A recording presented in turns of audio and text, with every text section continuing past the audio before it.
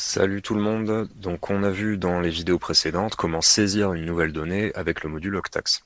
Aujourd'hui on va attaquer la prochaine étape qui va consister à modifier une donnée existante. Alors vous allez voir, c'est très facile puisqu'on va se servir de la même interface de saisie que pour ajouter une nouvelle donnée. Premier cas de figure, c'est quand on veut modifier une information à l'échelle de son relevé. Par exemple, pour cette démo, on va se mettre dans la peau d'un observateur qui a mal placé son relevé et qui souhaite le déplacer. Donc dans ce cas, je peux retrouver un relevé existant depuis le module Octax, grâce à la liste de mes relevés sur la partie droite de l'écran. Donc dans cette liste, je vais avoir tous les relevés que j'ai moi-même saisis ou sur lesquels je suis cité comme observateur. Donc, je peux afficher les informations principales d'un relevé directement dans la liste des relevés en cliquant sur ce bouton à la gauche de la ligne. On voit que la carte se centre sur la position du relevé et que les infos s'affichent en dessous de ma ligne. Si je veux plus d'informations sur mon relevé, je peux cliquer sur le bouton I qui va m'amener sur l'interface de consultation d'Octax. Donc sur cette page, j'ai toutes les informations que j'ai saisies à l'échelle du relevé. L'observateur, la date, le jeu de données, et aussi les rattachements géographiques ou les identifiants internes qui sont calculés par le système au moment de ma saisie. Et en dessous, j'ai la liste des taxons que j'ai saisis sur mon relevé avec pour chacun les détails de l'observation, les dénombrements, les médias éventuels. Donc depuis la page de consultation, je peux ouvrir le relevé en mode édition grâce au bouton avec le petit crayon en haut à droite. J'arrive sur le menu d'édition, que vous reconnaissez si vous avez suivi la partie sur la saisie de données, puisqu'on retrouve exactement la même interface que pour l'ajout d'un nouveau relevé. La seule différence, c'est que cette fois, le formulaire contient déjà des informations, celles que j'ai renseignées quand j'ai saisi mon relevé pour la première fois.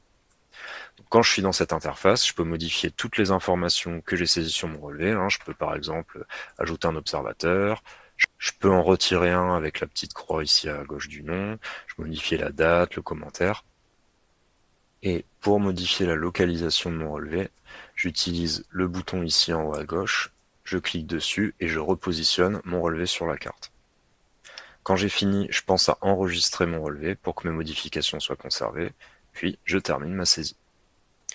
Alors, autre raison qui peut m'amener à modifier un relevé, c'est de vouloir ajouter une espèce manquante sur un relevé existant. Ça peut être une espèce que j'avais pas réussi à identifier pour laquelle j'attendais des infos supplémentaires, une espèce qui m'a été rapportée tardivement par un co-observateur, ou tout simplement un oubli de ma part. Donc encore une fois, on va partir de la page d'accueil Octax avec tous mes relevés sur la partie droite. Sauf que si je saisis beaucoup, je vais finir par avoir pas mal de relevés qui s'affichent dans cette liste. Pour retrouver un relevé en particulier, je peux utiliser des filtres que je vais afficher en cliquant sur le bouton filtrer. Donc, comme on peut voir, c'est des filtres très basiques, mais c'est normal, c'est juste pour permettre à un observateur de rechercher un relevé parmi ses propres relevés. Ils ne savent pas consulter les données de la base, pour ça on a un module dédié qui s'appelle le module synthèse et qu'on voit dans d'autres vidéos. Donc là par exemple, je vais garder que les relevés du 15 août 2025. Je renseigne mes deux dates, et une fois que j'ai retrouvé le relevé qui m'intéresse, je vais utiliser ce bouton en face de chaque relevé dans la liste des résultats qui me permet de l'ouvrir en édition directement depuis la liste des relevés, sans passer par l'interface de consultation. Donc je ne touche pas aux infos de mon relevé qui sont correctes, je vais directement aller dans la liste des taxons en haut à gauche. J'arrive sur la page des taxons qu'on a vu en détail dans la vidéo sur la saisie d'observation, vous la reconnaissez. À droite, la liste des taxons déjà saisis. À gauche, le formulaire vide que je peux compléter pour ajouter un nouveau taxon. Et c'est ce que je vais faire. Je vais ajouter un pan du jour que j'ai oublié de noter quand j'ai fait mon relevé la première fois. J'enregistre mon taxon qui s'ajoute bien à la liste des taxons observés et je termine ma saisie.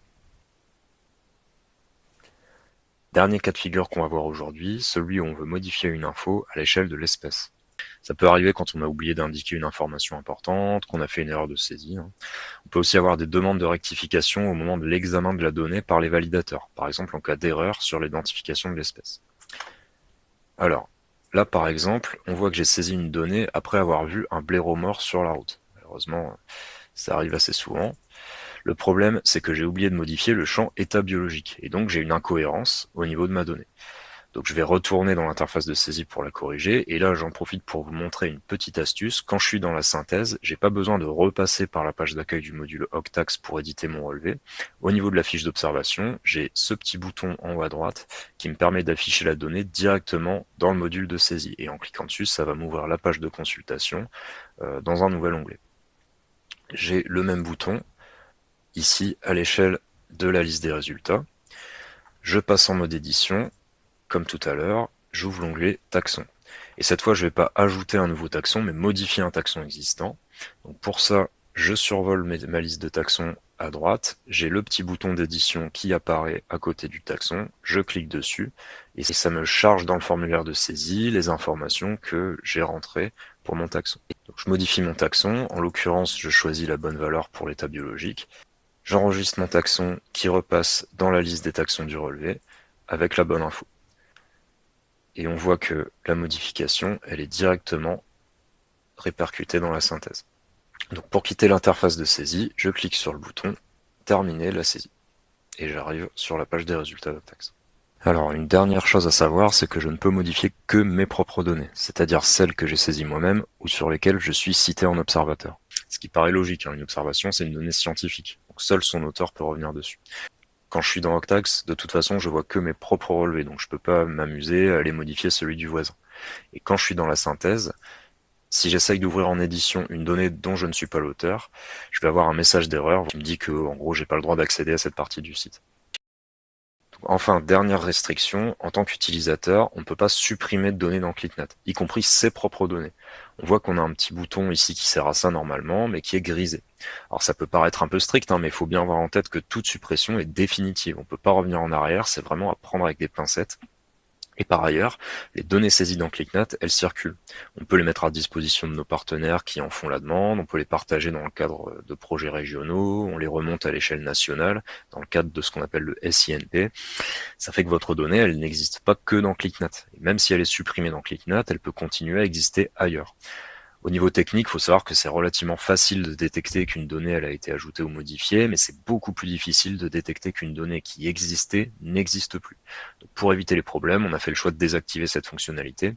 Après, si vous avez vraiment besoin de supprimer une donnée, en cas d'erreur ou de doublon ou autre, il faut nous contacter pour qu'on le fasse proprement. Si possible, le plus vite possible après la création de la donnée, pour pas qu'elle ait le temps de sortir de ClickNet. Voilà. Vous savez maintenant comment revenir sur vos relevés et vos observations pour les compléter ou les modifier. N'oubliez pas qu'une fois qu'une donnée est ouverte en mode édition, les informations que vous pouvez modifier sont les mêmes que lorsque vous saisissez une nouvelle donnée. Du coup, pour le détail des modifications en elles-mêmes, la signification de chaque champ et de valeur, vous pouvez consulter la partie saisie dans le mode d'emploi, ainsi que les tutoriels vidéo consacrés à la saisie de données. Voilà, merci de votre attention et bonnes observations.